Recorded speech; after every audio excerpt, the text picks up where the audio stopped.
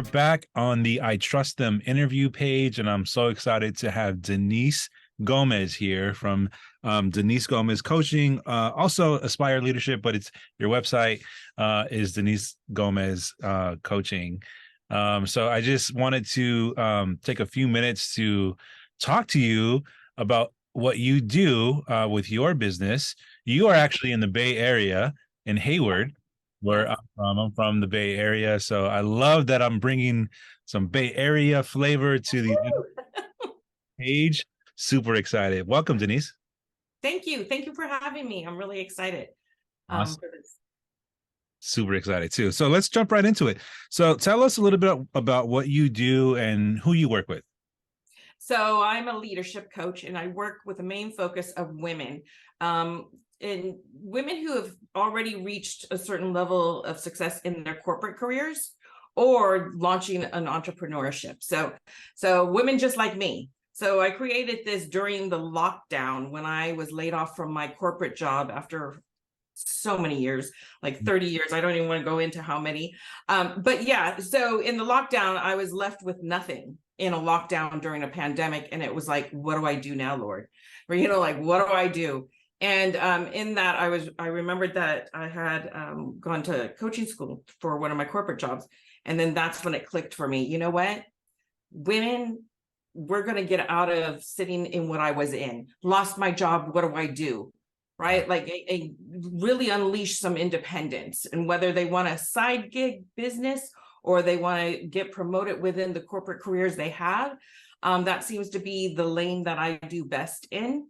And so what we work on in my coaching is really unlocking and tapping into the confidence and the clarity that you need to either go for a promotion or, what is it that you love doing about what you do in corporate now or on the job you have now? And how do we pull from it and create some skill sets that we could develop a business plan for? And that's gone really well. I've had a woman who was in house cleaning and she launched her house cleaning business. And that was a year ago. And now we're at a point where she's scaling her business. She's hiring, and, it's exciting to see. There's another client I have who is corporate. She's the head of recruiting at Data Lab. And when she came to me, it was because she was facing fear of public speaking. And in her position, she needed to be at the all hands and speak before the whole company and in meetings with the CEO and all that. And so she was a little intimidated, equipped, yet she had intimidation, like Right. so many of us, right? And so we were able to work through that. And her feedback was that she was able to, in a few weeks, break through to confidence she hadn't had in ever, and that she was doing and having conversations with the C-level that she would have always tried to avoid or made excuses why she couldn't do it. And then she went on to present in front of the whole company. And so those are the things that excite me. And that's what I love working with women on, pulling out your full potential. And I do work with men, but really I speak to women when I do interviews in corporate so that it stays laser focused on what I'm talking about.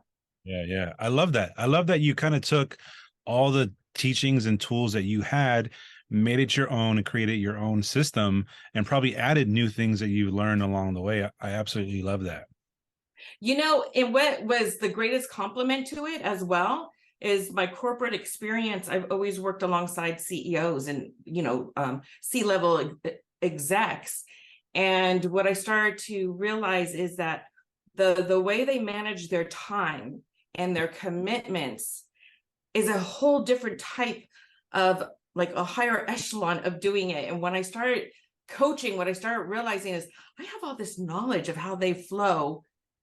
And then that's what I started teaching. And that's when you become productive, even when you don't feel or don't want to do what it is you're doing, to do it without people knowing that you don't want to do it. That the first time I ever heard an executive complain about her job was I was her assistant, and I thought she loved her job.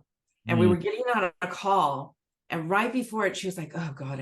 And I remember I about fell off my chair because I was like, I had no idea there was a part of the job you didn't like. That spoke to me that when you if you want to go to your highest level, then you need to perform at that highest level, regardless of how you feel. Mm. and actually exude that you don't not want to do it. Do you know what I mean? And that takes a mindset. That Yeah, that takes some discipline. absolutely. You know, it's something that I learned very recently in the last maybe 3 4 months is this concept of time blocking, and Mm. and how all of these like high performing successful people narrow down their time to increments of even as low as 5 minutes. Yeah. uh, but I'm a big believer in 20 30 minute increments Mm. and having a clear set structure in place that doesn't matter how you feel, right? You follow the system, you Yeah. follow the structure. So I love Yeah. that. Yeah. And most of my career I've been an executive assistant, and so to the C-level execs, and so I was the one helping get them around the world and into meetings, yet still meet with their wife and their kids, and all this balance. And what I realized when I first launched my coaching business is I had always taken care of somebody else, and now here I was trying to be CEO myself, right? And I hired a business coach. One of the first things she told me, because I wasn't being very productive, Mm. and she pulled things out of me, and then she was like, Denise, what I think we have here is a time management issue. And Mm. again, I about fell off my seat, because I was like, people pay me to time manage their time, and why am I not applying it to myself? And so yeah, that actually became one of the first things that I work with folks on, because what you mentioned, the time blocking and understanding how to structure your day so that you're not killing yourself, yet you're getting it done. Because most of the time you'll hear people say, oh, I didn't do it, and you hear this thing, or I didn't have time, and I could prove that to be a lie every time. you Exactly. know Yeah. yeah, we have more than sufficient time and to get it done and still have a fun life, still have our time. So yeah, that is a great point. The time management is probably one of the first ways that you could shift from reacting to life Mm. to proactively directing your life. Mm. I love that. That's a nugget right there. Yeah. Because I feel like for me personally, I hate when I'm reacting to life and I can see it. I'm like, no, I don't want to be here. I don't like this flow. I want to attack life. I want to be in the driver's seat. And one of my biggest pet peeves is when things don't, when like I feel like I'm overwhelmed because I'm allowing life to just happen to me. So and Yeah. you're one of the biggest keys, like I think the biggest domino is time management. I love Yeah. And that flows right into my next thing that I tell folks is, what is the story you tell yourself? Right? When you're telling yourself you don't have enough time, I'm going to call you a liar, because we all have enough time. There's 168 hours in a week, and I can guarantee you, after we put in your eating, your sleeping, your showering, and all your commitments, we'll have ample time left it. that you're not using, because you're spending the time telling yourself the story you don't have time. And we tell ourselves stories everywhere when it comes to life. And when we drill down into that, actually what it is a lot of times is it's avoidance. Mm. Because maybe you're avoiding that commitment because that's going to grow you. You're avoiding another commitment because it's uncomfortable, because it's moving you out of habit. In life, we shrink back into the habits that we have grown to be, because those are the comfort zone. Growing out of habit and creating something new so you could get to a new level is the most uncomfortable place to be. It's like working out. If I want my muscles to get toned, I don't do it by sitting. I do it by lifting some weights, or whatever is going to strain the muscle. And so where do you talk yourself out of things? And people don't understand that simply saying, I don't have enough time, or deflecting to another thing, and then always wishing they had maybe launched that business. That's what I run into a lot. People sitting on a dream. Wow. I love it. I love it. Oh my God. Just those like just few minutes. There's so much there. And like well, I feel like this could be like a whole thing. We could go like a whole hour podcast, but this is just a little introduction to your business. Thank So you. go ahead and tell the folks where they can reach you and get all the information about your coaching program. So all the information, you can go to DeniseDGomez.com. Again, that's DeniseDGomez.com. And my information is there, and there's a schedule a free consultation on that website. You could go there, schedule a call with me. You have nothing to lose. We could talk about what it is you're looking for or want, and identify if coaching is for you, and if there's a fit, or if not, I'll still give you some nuggets that you'll walk away from. And if you mention that you heard it here, I will bless you with 1 session free.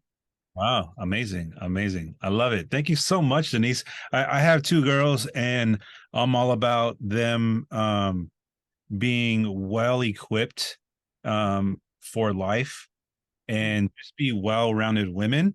And so I love talking to women of your caliber, to just to set the example, or kind of like, hey, here's where we should be working at, or here's where we should be working towards, Right.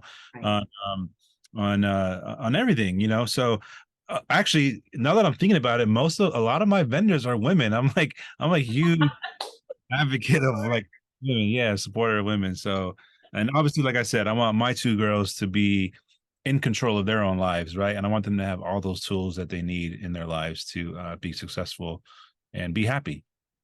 Absolutely. Absolutely. And get them while they're young like this. I've mentored some youth out here in Hayward. And my biggest thing is getting them to understand, to create a vision and know it's okay if it changes as the days go by. The goal is to always have something that we're aiming for. People who don't have vision and they don't have dream, they're aiming at nothing. So therefore they're headed and will hit nothing. Right. And so key that it's so good that they have you as a father, that you're already thinking of this for them. Awesome. Thank you so much, Denise. Sure. Again, so much. And you guys, please reach out to Denise and to help with some direction. If you're a woman, just kind of thinking of what should be my next step. Maybe I want to change careers. Maybe I want to start that business. So please reach out to. Thank Thank. you. All right.